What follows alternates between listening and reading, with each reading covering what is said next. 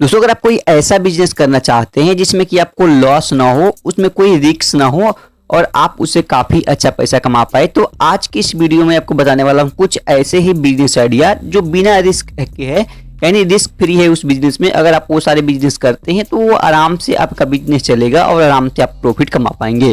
तो चलिए इस वीडियो करते हैं शुरू और जानते हैं कुछ ऐसे ही बिजनेस आइडिया के बारे में जिसमें लो रिस्क है, रिस्क नहीं है, बिल्कुल आप बोले तो रिस्क फ्री है एक प्रकार से। और इन बिजनेस को आप आराम से कर सकते हैं जब बहुत ज़्यादा इन्वेस्टमेंट भी नहीं लगने वाला है और इससे आपको काफ़ी अच्छा प्रॉफिट भी होने वाला है। सबसे पहला है वो है स्कूल यूनिफॉर्म एंड ड्रेस का बिजनेस। आपको पता होगा दोस्तों, जितने भी स्कूल होते हैं, प्राइवेट स्कूल होते हैं, उनका एक अलग अलग प्रकार के यूनिफॉर्म होता है स्कूल का। उसमें आपको अलग से टाई, बेल्ट, जूते, सॉक्स वगैरह अलग अलग सारी चीज़ें होते हैं। तो आपको क्या करना है, आपको कुछ स्कूल से टाई अप करना है, उस स्कूल वाले से मिलके आपको एक ड्रेस का दुकान खोलना है जिसमें आप किसी खास स्कूल का ड्रेस बेचेंगे। बहुत सारे अपने स्कूल में देखा होगा कि स्कूल से ड्रेस मिलती है, लेकिन बहुत सारे लोग ऐसे हैं, बहुत सारे स्कूल वाले ऐसे हैं जिन किसी दुकान वाले से टाई अप करते हैं और वहाँ पे उनका ड्रेस अवेलेबल होता है। तो आपको इसी प्रकार का ड्रेस का बिजनेस करना है। आपको तरह तरह के स्कूल के 2, 3, 4 स्कूल को ड्रेस होते हैं, उस प्रकार का ड्रेस को आपको बेचना है। साथ में आप चाहे तो जूते बेच सकते हैं, सॉक्स बेच सकते हैं, बैग बेच सकते हैं, टाई बेच सकते हैं। इस प्रकार के आपको बिजनेस करना है। आपको स्कूल वाले से मिलके कंफर्मेशन लेके आपको उनके पार्टिकुलर स्कूल का ड्रेसेज बेचना है। इस बिजनेस में आपको काफ़ी अच्छा प्रॉफिट होता है क्योंकि जो स्कूल का ड्रेसेज आते हैं वो काफ़ी महंगे आते हैं। आपको सस्ते में मिलते हैं लेकिन बहुत सारे दुकान वाले उसको काफ़ी महंगे दामों में बेचते हैं। तो अगर आप ये बिजनेस करते हैं तो इसमें काफ़ी अच्छा प्रॉफिट होगा और इसमें बिल्कुल भी रिस्क नहीं है क्योंकि आपको पता होगा जो ड्रेसेज है वो बिकती ही बिकती है, चाहे कोई भी कंडीशन आ जाए, हर साल ड्रेसेस बिकती है। बीच बीच में जिन बच्चों को ड्रेसेस खराब होती है उनका भी ड्रेस बिकती है। तो आप चाहे तो ये ड्रेस का बिजनेस कर सकते हैं। काफ़ी अच्छा और काफ़ी बेनिफिशियल बिजनेस आइडिया है।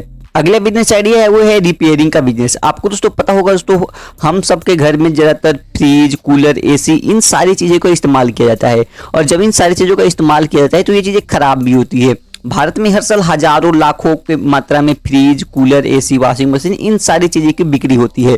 तो अगर आप इन सब का रिपेयरिंग का बिजनेस कर लेते हैं, आप क्या कर सकते हैं, खुद का एक सेंटर खोल सकते हैं और वहाँ पे रिपेयरिंग वाले बंदों को हायर कर सकते हैं जो रिपेयर कर सकते हैं।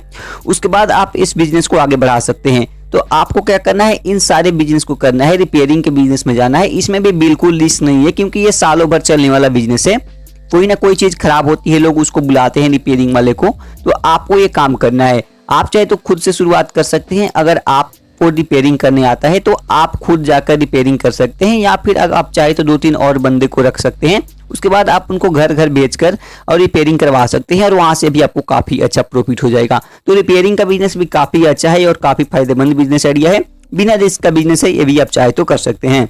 अगला बिजनेस आइडिया है वो है कार वॉशिंग एंड मॉडिफिकेशन का बिजनेस। आपको पता होगा दोस्तों, दिन प्रतिदिन कार की संख्या बढ़ती जा रही है। बहुत सारे लोग तरह तरह के कारें लेते हैं और जब कार गंदी होती है तो उसको धुलवाने के लिए ले जाते हैं, या फिर कार में किसी प्रकार का मॉडिफिकेशन करवाना होता है, कोई स्टिकर लगवाना होता है, या इन सारी चीज़ों के लिए वो कार सर्विस के पास जाते हैं जो ये सारे काम करते हैं। तो आप चाहें तो ये काम कर सकते हैं, कार वॉशिंग या कार मॉडिफिकेशन का काम कर सकते हैं। इसमें भी आपको कोई भी रिस्क नहीं है क्योंकि हर दिन हर किसी का कार में गंदगी लगती है, साफ करवाने के लिए आते हैं, धुलवाने के लिए आते हैं, या फिर कोई मॉडिफिकेशन कराने के लिए लोग आते हैं। तो आप चाहे तो ये काम कर सकते हैं, कार मॉडिफिकेशन का बिजनेस कर सकते हैं। इसमें आपको काफ़ी अच्छा प्रॉफिट होने वाला है।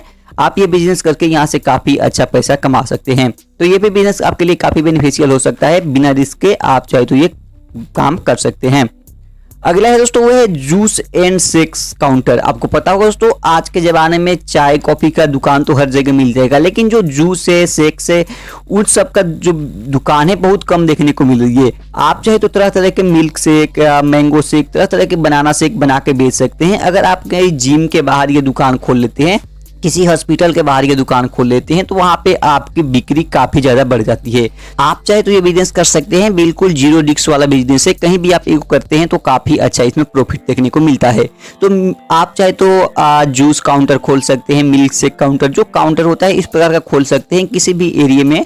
ज़्यादातर अगर आप जिम और हॉस्पिटल एरिया पर करते हैं तो वहाँ पे काफ़ी ज़्यादा लोग आते जाते रहते हैं, काफ़ी ज़्यादा लोग वहाँ पे शेक्स वगैरह पीते हैं, तो इसमें आपको काफ़ी ज़्यादा प्रॉफिट होता है। तो आप चाहे तो जूस और शेक का जो काउंटर है वो खोल सकते हैं और वहां से आपको काफी अच्छा प्रॉफिट होने वाला है। तो ये बिजनेस भी काफी अच्छा है, आप इसको चाहे तो ट्राई कर सकते हैं।